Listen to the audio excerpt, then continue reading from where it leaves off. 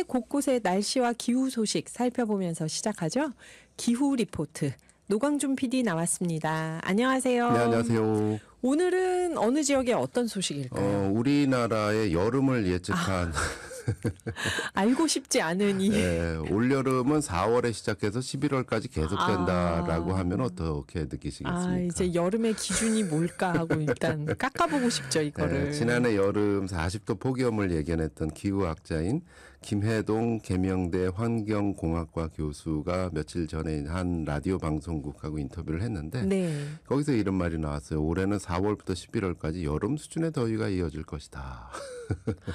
그러면 4월부터 30도가 넘을 거란 얘기인가요? 일단 이 4월부터 11월까지 여름일 것이다라는 거는 전해지고 보도화되는 과정에서 약간 좀 부풀린 달라졌어요. 아하. 그런 측면이 있어요. 네네. 원문을 보면 좀 뉘앙스는 다른데 어쨌든 결론적으로는 모릅니다. 겪어보기 전에는 뭐 원래 기상학적 예측은 3일만 지나도 좀 정확도가 달라진다고. 떨어지잖아요. 맞아요. 하지만 이게 사실일까 정말 이러면서 걱정스러운 마음으로 관련 자료를 찾아보면서 여러 가지 사실들을 좀 알게 됐고요. 네. 오늘 청취자 여러분께 하나하나 좀 소상히 보고 드릴까 합니다. 네. 첫 번째. 이번 극강 한파가 지나면 급 봄이 올 것이다. 바로 봄이 온다. 네, 김해동 교수가 방송 인터뷰를 통해서 강조하고자 했던 거는 사실 지구온난화예요.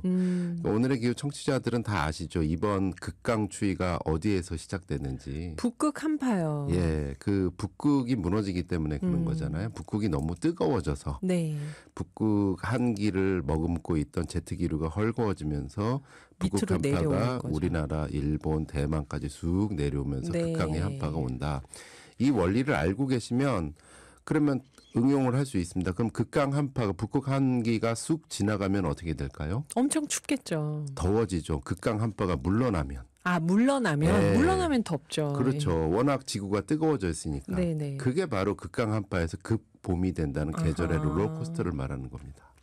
그래서 김해동 교수는 이렇게 얘기했어요. 이번 겨울 추위는 2월 말까지 우리가 춥다고 생각하는 경험이 한두 번 정도 더 올 건데 2월 말 3월 초가 되면 갑자기 온도가 훅 올라가면서 따뜻한 봄이 시작될 것으로 생각됩니다.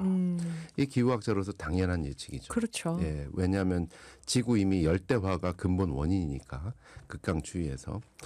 그러면서 꽃샘 추위도 올 봄에는 안 보일 것 같다라고 예측을 바로 했습니다. 봄으로 가면서요. 예, 원래 작년 겨울 굉장히 따뜻했다가 3월 중순에 훅 추워지는 꽃샘 추위 있었잖아요. 네네.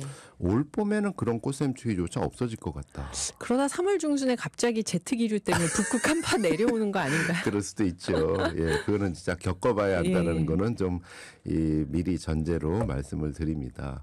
그러면서 또 이런 말씀을 해요. 봄꽃 개화 시기도 상당히 예전보다 빨라질 것 같다. 이렇게 되면 긴장하시는 분들이 계시죠. 각 지자체에서 예. 꽃축제 준비하시는 산수유 분들. 축제부터 경기도청 벚꽃축제. 벚꽃축제부터 이거 예. 어떻게 할 겁니까? 굉장히 긴장하실 것 네. 같아요. 예. 그러면 그 라디오 진행자가 이렇게 물어봤어요. 반팔 입고 다니는 시기도 앞당겨지나요? 당연히 앞당겨지겠죠. 네. 거기에 대해서 이제 김해동 교수는 최근까지 기후 트렌드를 얘기합니다. 아시죠? 그 오늘의 기후 청취자들은 한반도 특성이 아열대화가 되면 점점 더워지고 있죠. 봄은 짧아진다. 가을도 가을은 짧아진다. 사라진다. 네. 그리고 여름은 상대적으로 길어진다. 길게 느껴지고. 예, 이겁니다. 여름 같은 봄이 일찍 찾아온다. 네. 여름은 진짜 더워지고 여름 같은 가을이 계속될 이어진다. 것이다. 이게 4월부터 11월까지 여름 예측의 본질입니다. 예.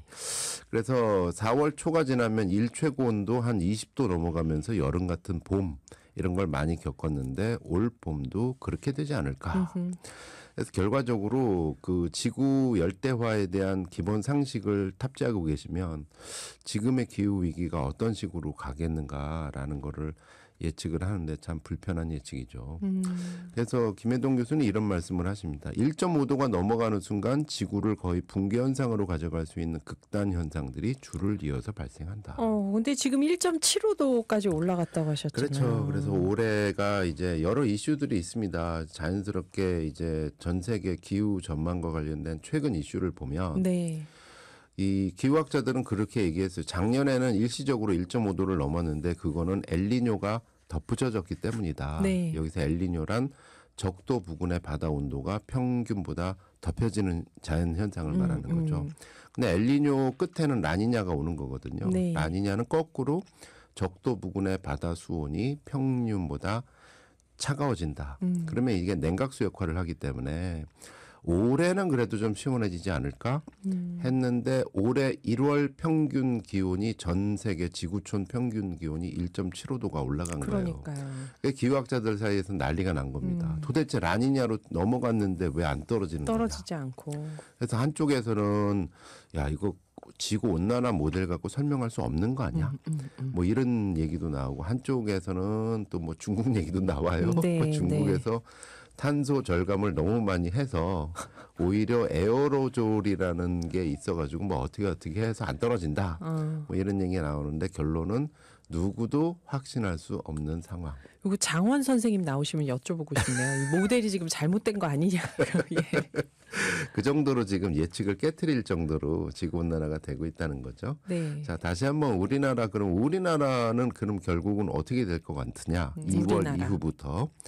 자, 여기서 에이펙 기후센터의 그 계절 전망을 한번 살펴보도록 하겠습니다.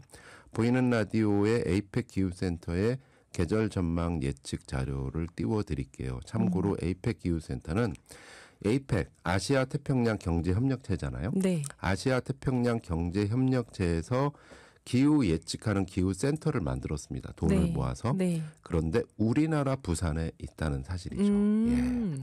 우리나라 부산에 있는 에이펙 기후센터에서는 계절별 예측 결과를 내놓거든요. 네. 각 나라 한 15개국의 기상 예측 전망치를 다 모아가지고 슈퍼컴퓨터 돌려서 쫙 내놓는 거거든요.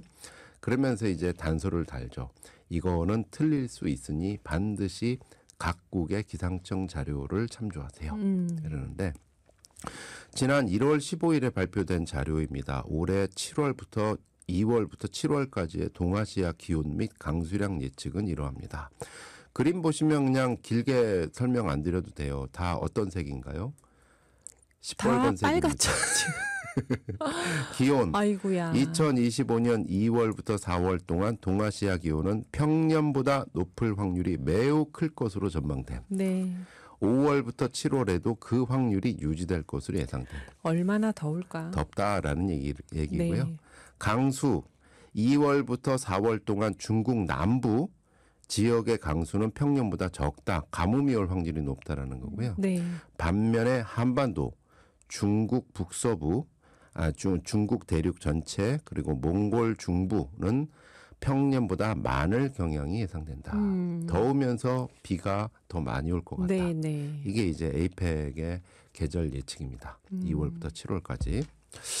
이러면은 반팔에 접는 우산 요게 좀 상시용품이 그러게요. 예, 올여름엔 될 것 같다. 라니냐 영향력은 어떨까 해서 이번엔 나사 위성센터 자료를 한번 찾아봤어요. 네. 두 번째 자료는 나사는 이제 위성에서 찍은 영상이나 사진을 일반인들한테 공개하는 기후 서비스가 있는데요. 그 영상의 최근 올라온 자료에 따르면 라니냐가 확실히 있구나라는 것이 위성 영상에서 잡힙니다. 사진을 보시면 지구의 정 가운데가 이제 적도잖아요. 네. 적도 한가운데 파란색 물결이 크게 보입니다. 네. 파란색이라는 거는 평균보다 차가운 바닷물이라는 거죠. 라니냐가 확실히 관찰이 되고 있습니다. 저게 나사의 1월 13일에 공개된 위성 사진이거든요. 네. 그런데 여기에서 충격적인 문구가 뒤에 있습니다. 이 라니냐는 오래 지속되지 않을 수 있다. 아닌데. 생기면 길게 있어야지 왜? 네, 그러니까 냉각수가 오래 지속되지 않을 수 있다. 네. NOAA 미국 해양대기청입니다. 여기 자료에 따르면 태평양은 올 봄에 다시 중립 상태로 돌아올 수 있다. 라니냐가 있었던 보람도 없이. 잠깐 차가워졌다가 다시 예년처럼 돌아올 수 있다는 거죠. 네. 즉 올해 발생한 라니냐는 강한 게 아니다라는 얘기죠. 있어도 지금 낮추지 못한다는 건가요? 네. 있긴 있어도? 자연현상으로 냉각수가 있어서 라니냐에 좀 기대를 해서 올해는 네. 좀 시원해지겠지 했는데 그러지 않을 가능성이 있다라는 위험 요인을 나사에서도 제기하고 있는 거고요. 네. 이 라니냐 변수는 특히 식량 위기하고 관련이 돼 있습니다. 왜 어제도 그럴까요? 말씀드렸지만 이 열대 태평양이 차가워지잖아요. 네. 이 차가워진 물이 대기하고 만나게 되면 호주나 인도네시아에는 비가 엄청 온대요. 반면에 브라질이나 아르헨티나 같은 라틴 아메리카는 가뭄으로 이어진다고 합니다. 이쪽에 또 곡창지대가 굉장히 많잖아요. 그렇죠. 그래서 여기서 또 나오는 것이 이제 전 세계 곡물 메이저들, 이 사람들이 라니냐에 대해서 어디까지 갈 거냐에 대해서 가장 열심히 검색하는 분들이 아닐까. 아하. 우리 같은 일반인들은 딱 하나죠. 우리 농민들이 어떻게 하면 걱정하지 않고 농사를 짓고 농지를 전용하지 않고 농사에만 몰두할 수 있게 정책을 잘 짤 수 있을까. 그렇죠. 이게 식량 위기로 세계 도매 가격이 왔다 갔다 하면은 소비자들한테도 다 영향을 주는 거니까. 그렇습니다. 그래서 라니냐도 제 역할을 못할 수 있다. 지구는 이미 뜨거워지고 있다. 어떻게 할 것인가.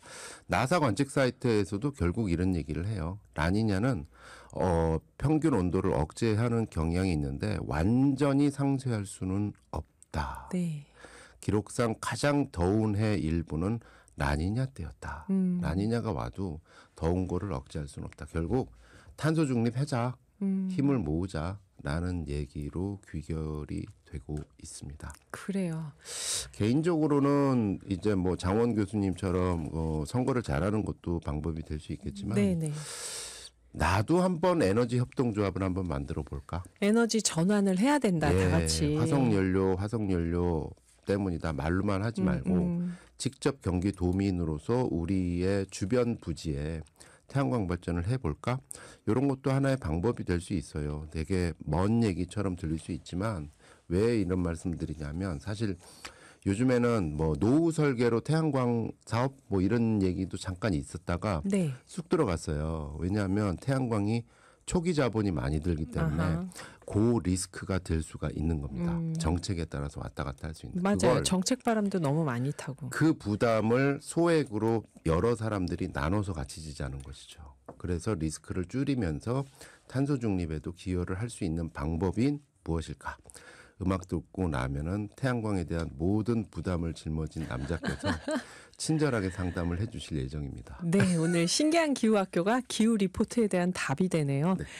감사합니다. 노광준 PD였습니다.